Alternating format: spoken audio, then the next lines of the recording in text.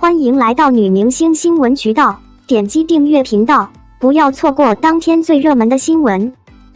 赵丽颖幸福到万家，男主被说丑，看到她演过的角色，我改观了。不得不说，赵丽颖真的是流量界的扛把子，新剧《幸福到万家》一经开播，就直接冲上了热度榜的第1名，成为了当下稳当当的爆款剧。关键是，该剧的口碑跟热度还成正比，收获了一大批观众的好评。幸福到万家可以说是赵丽颖演艺生涯上的转变，从小花到实力派的过渡。当妈之前的赵丽颖演的都是漂亮的少女角色，而这一次她褪去了自己的稚嫩，出演一个明事理的农村女性。这个角色刻画了一代女性思想上的改变，可以说是一部真真切切的时代剧。幸福到万家之所以能够成为爆款，跟真实2字是分不开了。特别是开头的那场婚礼，吃席的场面真的就跟现实中地地道道的农村习俗一样，没有任何偶像剧的色彩。还有结婚时妆容精致的何幸福，结婚后卸下了浓妆，那种差距更是现实生活的真实还原。这样一部走现实路线的作品，在现在这个总是迎合大众审美的快餐式影视圈中，更像是一股清流。只是这样一部跟现实挂钩的作品，还是让有的人不太喜欢，原因就在男主的身上。如今大多数的影视剧都是选择一些有颜值的小生来当主演，即便是没有颜值，只要好看都能被追捧。幸福到万家中的男主不是大众定义中的帅哥，没有白皙细腻的皮肤，也没有那种天生的明星五官。正是因为这样，有人便觉得不入流。有人说男主太丑了，直接劝退了。还有人说救命，男主太丑了，为了小赵我也要看下去。很显然，对于一些看脸的观众来说，男主的颜值确实不在审美中，因为他们觉得跟赵丽颖合作的男演员至少也是林更新跟王一博那个级别的。只是赵丽颖幸福到万家，男主被说丑，看到他演过的角色，我改观了。其实跟很多观众一样，笔者一开始也觉得唐僧这位男演员的颜值不够出众，但看了人家的履历，看了他出演过的一些角色，才发现他只是不够漂亮而已。剧中的他塑造的本来就是一个乡村老实敦厚的男人，从形象上来说，这丝毫没有违和感。其实唐僧离开了幸福到万家这部剧，在其他的作品中也是很帅气的，比如说早年在央视上线的《知青》就有他的身影。在这部剧中，唐僧虽然不是细皮嫩肉的富家大少，可是那种阳刚的帅气真的很难让人不关注到。在《离歌行》中，他又摇身一变成了梁王，有观众用了又坏又帅来形容那个时候的唐僧。即便是不追剧的观众，看到唐僧的梁王剧照，也都知道这个角色肯定不是一个什么好人，这应该就是科班出身演员的魅力。拥抱星星的月亮这部剧也有他的身影。西装革履的唐僧也似乎没有大家说的那么不好看。对于那些想要看小鲜肉帅哥的人而言，他确实不出众，但丑还不至于。在一些抗战电视剧中，唐僧的人物形象也是一身正气，简单朴实又帅气，这样有塑造性的演员已经算是很不错了。细数唐僧演过的那些角色，基本上都是不同的状态，不同的形象，这对一个演员来说已经相当不容易了。没有光鲜亮丽的外表，却是一身阳刚之气，这样的男演员难道不比那些有颜值没有演技的小鲜肉强多了吗？而现实中的唐僧其实颜值也不低，脱离了角色也是个稳扎稳打的型男。所以说，没有幸福到万家中的男主形象，看到他演过的那些角色，看到他在现实中的那张脸，突然就觉得他也是一个很有特色的演员。更何况在演戏这条路上，唐僧也拿下了不少奖项。即便不是大众定义中的帅哥，但这张脸确实跟丑不搭边啊，所以我也改观了。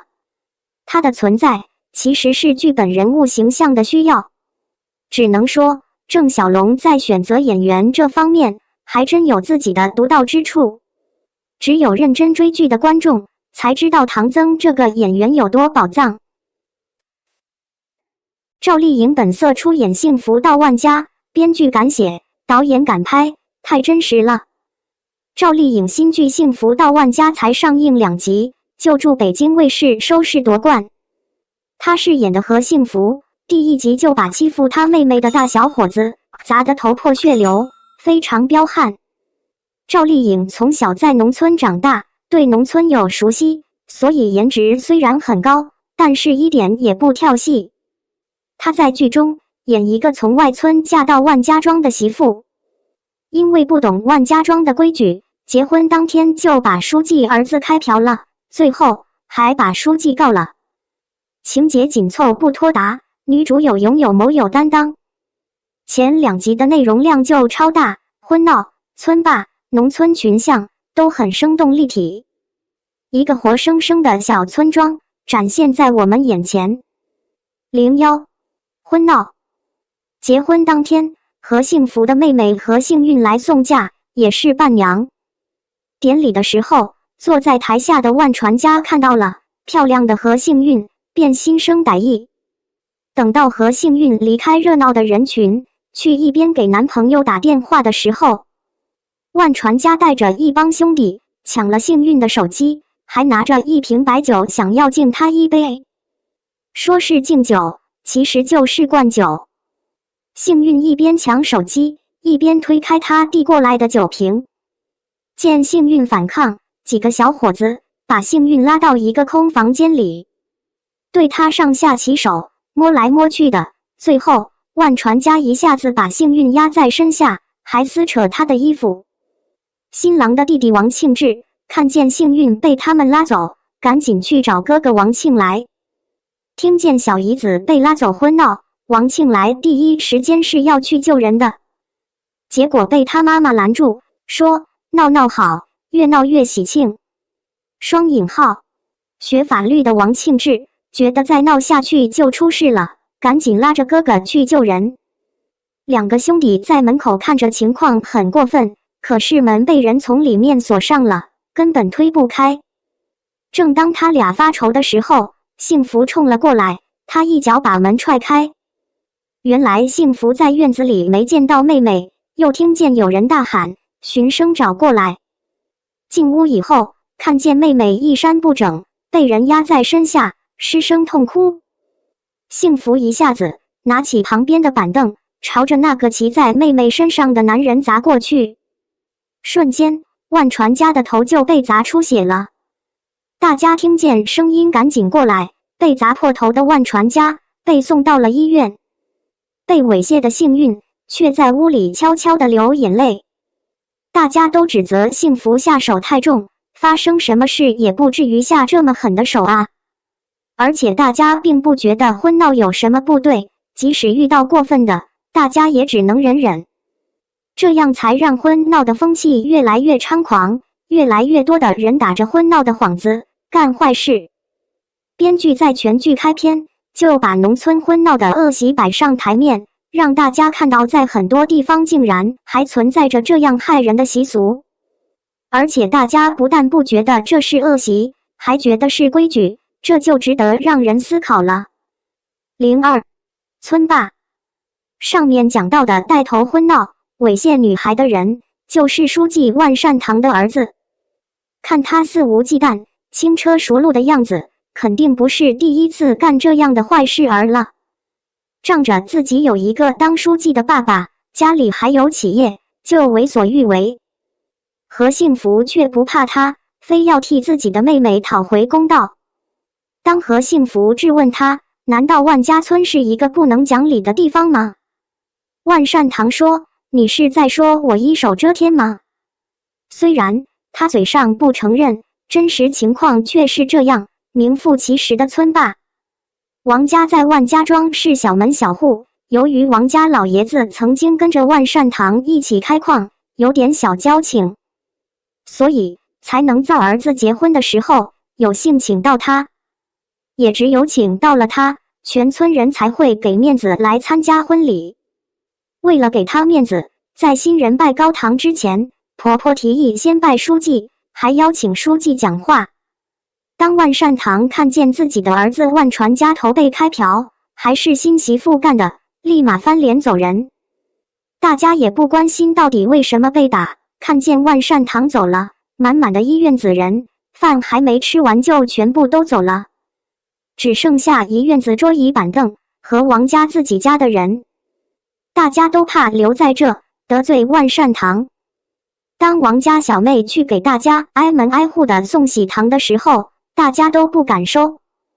有一个大婶听王家小妹说，书记已经愿意原谅幸福才敢收。喜糖刚接过去，就听见幸福跟王庆来说，这次彻底惹恼了书记。大婶直接把喜糖又扔了回去，还赶紧关上门。大家这样的态度，就能看出来万善堂在村里多么的厉害，大家很怕得罪他。他喜欢谁，大家就亲近谁，他讨厌谁，大家就疏远谁。王家父母自然知道这里面的利害关系，所以他们怕幸福惹了万善堂，以后没有好日子过。王家妈妈说，他让咱们过不好，有1000种方法。双引号。所以老两口拿着礼物上门去道歉，见面以后，两个人扑通一下跪在地上，说尽了好话。万善堂让他们赶紧起来，自己又不是村霸，因为一句话都把人吓成这样，还说自己不是村霸，谁信呢？03农村群像。前2集不光描写了婚闹的恶习，展现了村霸的形象，除此之外还刻画了农村群像，把一群不分是非，只看万善堂眼色行事，背后嚼舌根的人刻画得非常生动形象。大家只看到幸福砸伤了万传家，根本不在乎幸福砸伤他的原因。知道他妹妹被欺负了，也觉得很正常，就是婚闹而已。是他就是小题大做了，外来的媳妇不懂万家庄的规矩。连婆婆都说，上次是才家结婚，把公公和媳妇绑一起骑驴，人家都受了，你咋不能受呢？在大家眼里，婚闹闹得多过分，都是可以理解的，所以才把这个恶习当成规矩。当一群大老爷们看见王家2位老人拎着礼物从前面走过去，开始嚼舌根了。一个人说，看这架势，是去书记家请罪了。另一个人接话，请罪有用吗？把人家儿子的脑袋都开瓢了，流得满脸是血。第3个人说，人家王家是小门小户，就兴娶厉害的媳妇。3个大男人在背后议论别人家的事，太生动形象了。一般的剧里都是一群妇女在一起议论，在这换成一群男的。第一，说明这件事全村皆知，也说明嚼舌根不是女人的专利。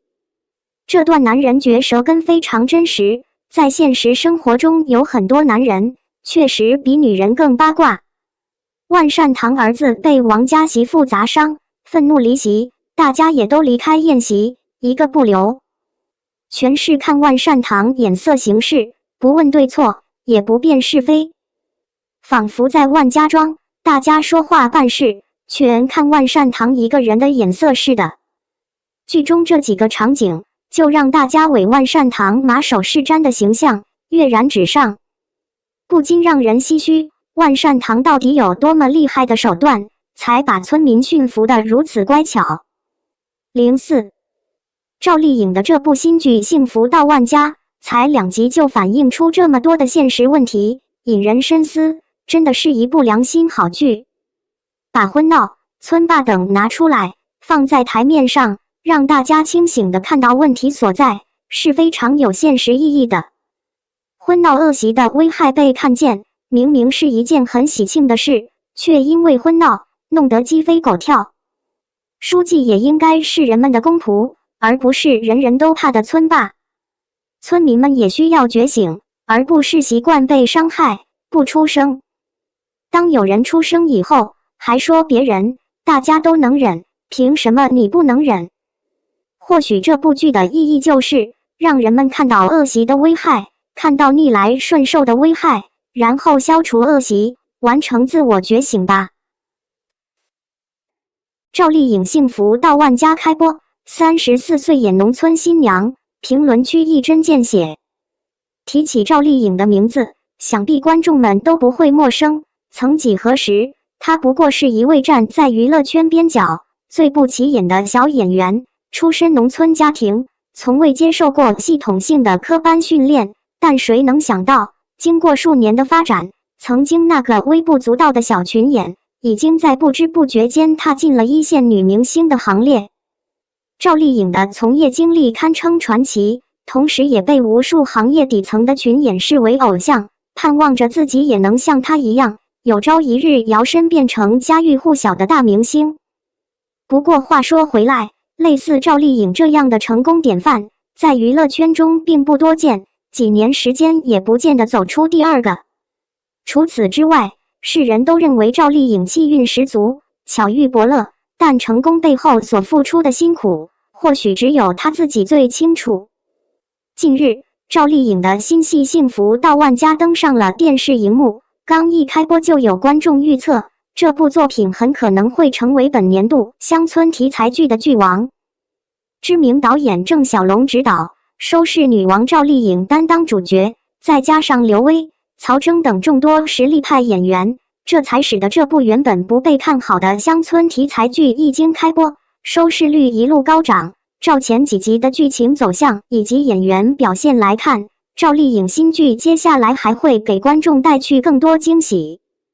不得不说，赵丽颖这次属实是抓到了一副王炸牌。以往参演现代都市或者古装仙侠题材时，总有观众不乐意对她塑造的角色买账，甚至嘲讽她总会不自觉地流露出一股土土的气质。而如今参演乡村题材，似乎恰巧符合她的形象。值得一提的是，在这部最新作品中，有一场赵丽颖结婚的戏份，据说为了追求最真实的质感，导演郑晓龙并没有在后期剪辑阶段添加过多滤镜，为的就是展现出演员最真实的状态。为此，不少观众都把注意力放在了赵丽颖的颜值上，毕竟如今的她已经34岁，青春年华已逝，再次饰演20出头的角色，免不了会被网友吐槽。果然，当看到无滤镜下的赵丽颖时，评论区瞬间变得一针见血，很多观众纷纷感叹，34岁的她在皮肤状态方面确实不如女配角细腻，尤其是面部状态，虽然有厚厚的粉底遮盖，但法令纹以及眼袋仍旧明显。不过话说回来，女演员跨越年龄饰演角色，在整个行业中也算见怪不怪的事情。虽说赵丽颖这次塑造的形象带给观众一定的违和感，可也让大家看到了演员最宝贵的一面，那就是无视真实镜头，大大方方表现。仅仅是这一点，就足以让那些靠着滤镜以及修图混迹行业的演员脸红不已了。其实对于观众而言，看惯了一成不变的娇俏容颜以及唯美画面，反倒更需要这类反映真实的剧作来换换口味。所以个人认为，赵丽颖这次的大胆尝试，无形中也为同行女演员们树立了标杆。希望在未来的日子里，赵丽颖能够不忘初心，砥砺前行，继续为行业以及观众做力所能及的贡献，也期待她在《幸福到万家》后续剧情中的精彩表现。